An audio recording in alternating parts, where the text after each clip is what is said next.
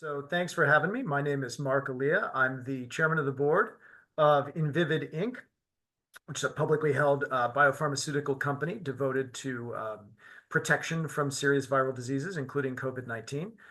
For my day job over the past 15 or so years, I've been an investor in biotechnology and indeed have spent my whole career in innovative science and medicine. And among other things, I also happen to be a sufferer of long COVID following a rather nasty bout. So while that was not a part of my getting involved in the company originally, it certainly has lent a certain sense of urgency and passion to how I approach our mission at Invivyd. So it's rather a fascinating situation. I think we are firmly into what an epidemiologist would call endemic SARS-CoV-2 or endemic COVID, which is a way of saying, while we may not be in a pandemic phase, we're in some form of equilibrium, and we're going to be here, at least in our view, forever, in effect. So we have a virus that is pervasive, highly transmissible, is a little distinct from other respiratory viruses in terms of its biology and the number of organs it is capable of impacting. And so we as a society undergo these periodic waves of disease. And you'll notice that while other respiratory viruses have a seasonal aspect, principally influenza is the analogy people point to, COVID's sort of always around, and it simply moves in waves. And those waves can occur in the summer, it can occur in a classical fall-winter season, but really it is about virus in effect evolving and at a very high burden continuing to slosh around, as it were, the human species, including Americans. And so that's our status quo, we think, until technology has some increased ability to turn that tide. So we are, I think, to answer your question specifically, we are in it, and we're in this, whatever this is, which looks like a lot of ongoing infection, hospitalization, and death for the foreseeable future. It's a great question, and there's some pretty good data on this. The vaccines are a life-saving boon for people who don't have prior experience with the virus. I'm personally vaccinated and have been boosted. But what happens with SARS-CoV-2 is that as a population gets immune experience, what in the old days people would call herd immunity, because the presumption was maybe you'd have enough immunity to actually, make the virus, render it irrelevant or even abolish it. What happens is the herd has gotten immunologically experienced. And so as a consequence, the increment that can be generated with a serial boost has gotten a little more diminished for folks. And certainly for immunocompromised people, which is the population Invivyd is focused on right now, the effectiveness was best estimated, I think, in a presentation from June of this year given to the Advisory Committee on Immunization Practice at CDC, which is the body that looks over vaccination schedules.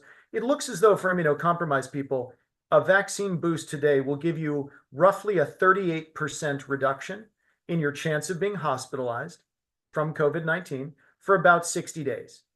And after that, it begins to wane, down into the low 30s, 20s, and teens before, after a few months, it's sort of marginally effective. And so for immunocompromised people, the recommendation from the CDC is to get boosted no more than every 2 months, which is a fancy way of saying, do this about every 2 months or you won't even earn that benefit. And frankly, for immunocompetent people, it's not a whole lot better. There's a noticeable turn, but let's say that 38 turns into about a 48 or a 50 and has a similar waning pattern. And that is not a critique of the vaccines. They're a cornerstone of managing SARS-CoV-2 for a good reason. They work.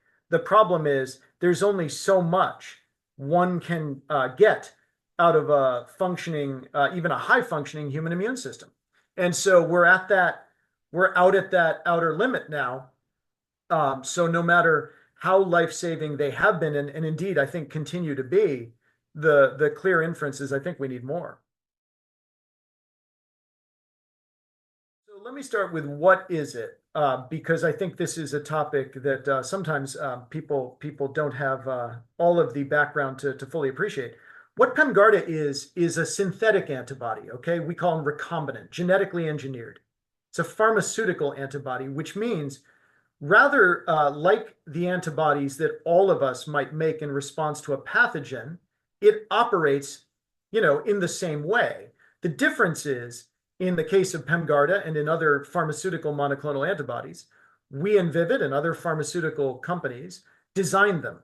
And when we design them, we hope that we're designing an antibody that has some superior properties to the antibodies perhaps your immune system is capable of making or in the habit of routinely making in response to virus. So in the case of Pemgarda, the molecule underneath it is called Pemivibart, and it was designed in our research laboratories to be what we call a potent neutralizer, which is just to say it works by blocking the interaction between SARS-CoV-2 virus and its target cell. And so the whole idea, or the main idea of the medicine, and this is not new, and Invivyd was far from the first to do this. We're just the one, I think, remaining in the field.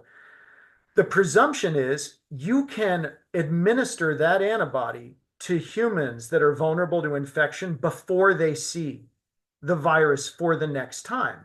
And so when they meet, as it were, virus, and as humans, we unfortunately can be exposed to SARS-CoV-2 just by going to the market, right? Or a sporting event or something.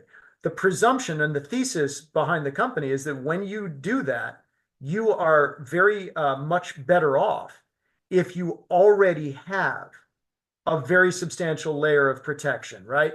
I sort of think about it as trying to engineer and then deliver the immune system. I sort of wish I could get the natural way, but alas, just given the limits of human immunobiology, I can't. And so, look, Pemgarda was authorized under emergency use authorization by the US FDA on the basis of what I think I would say is its inherent presumption of similarity to prior COVID antibodies. And if you look at most COVID antibodies that have been successfully developed, even though they're now no longer active, when they were active, they tended to deliver about a 70 or 80% reduction in your ability to experience symptomatic COVID-19 compared to a placebo. So you see a pretty substantial reduction in the likelihood of actually becoming symptomatically, clinically unwell due to confirmed SARS-CoV-2. In the case of Pemgarda, you would see on the fact sheet that defines its authorization, data from our exploratory endpoint in our registrational study, which showed on the same order about an 84% reduction in the rate of symptomatic disease. So, that's I think in our eyes, a pretty substantial turn, a pretty substantial improvement in the level of protection, which again, is I think not the most surprising finding given the level of immune protection we attempt to confer in advance, right? As compared to your alternative, which is either, of course, a vaccine boost, or in the worst case scenario, perhaps you haven't been boosted, but you had an actual infection months or years ago, and so you have some remaining immunity to SARS-CoV-2. So our goal and what Pemgarda shows is hopefully that by deploying an antibody, you are indeed putting to work that extra layer of protection on top of what is otherwise available. So it's authorized for those Americans with moderate to severe immunocompromise. And, there are multiple populations indicated in that fact sheet, which I would encourage you to review, because while I should have it committed to memory, I confess I probably don't verbatim. but those are persons who may have, for example, undergone an organ transplant and are on deeply immunosuppressive therapy to prevent rejection. Those patients who may, for example, be on immunomodulatory medicines to deal with, oh, I don't know, a cancer, particularly hematologic cancers, and indeed people with any number of other disease states that require chronic immunomodulatory or immunosuppressive therapy.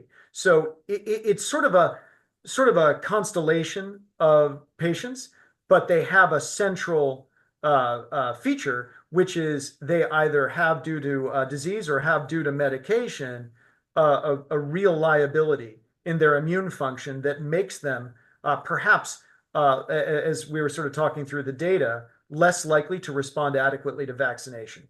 And in total, it's actually not such a small population. It's about 3% of Americans, or about 9 million people. So it's not an overwhelming portion of Americans, but it's a lot of human beings, probably some of which we don't know that we know. The tricky thing with SARS-CoV-2 is that it's more or less everywhere a lot of the time. Now, a goodly number of infections are asymptomatic, right? Not so different than other pathogens. Actually, polio was 70% asymptomatic, but we don't think about it that way. And every now and again, you see really catastrophic results nonetheless, right? You would either see long COVID. If you do even okay with an acute infection, it can still augur long-term damage. You can have hospitalization and indeed death. And so the real question for practitioners is in identifying those people that would be most vulnerable and could most benefit from a therapy like this, which is designed to blunt the ability to undergo both infection and then, of course, the substantial negative potential outcomes from infection. So we tend to think about it as, an opportunity for a practitioner to consider the patients under management and whether or not their clinical situation or the medications they're on, predict some level of immune compromise. Because it's not, SARS-CoV-2 is so ever present, really. It's not a matter of whether or not a person is likely to encounter the virus.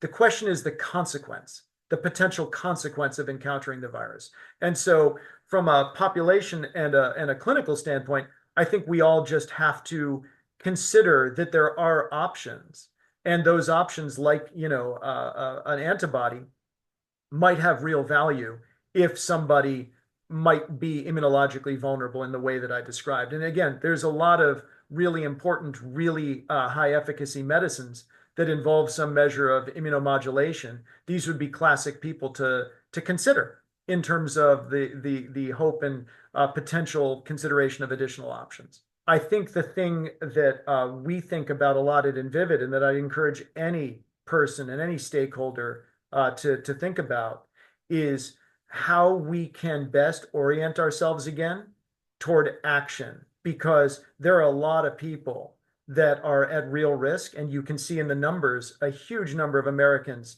still dying in 2024 of this virus. And what we really need is more. And so whether that means, more competition for Invivyd, that would be great in our minds, because the problem is massive. And I think a lot of people really need solutions. And so I would hope that people can consider that and think about it in their day-to-day, whatever that means. There's a huge number of vulnerable people that really still need a lot of care and attention. And I think at the level of our sort of societal gestalt, a lot of us probably aren't wired to thinking about COVID anymore. And it's a shame. We probably should be a lot more than we are.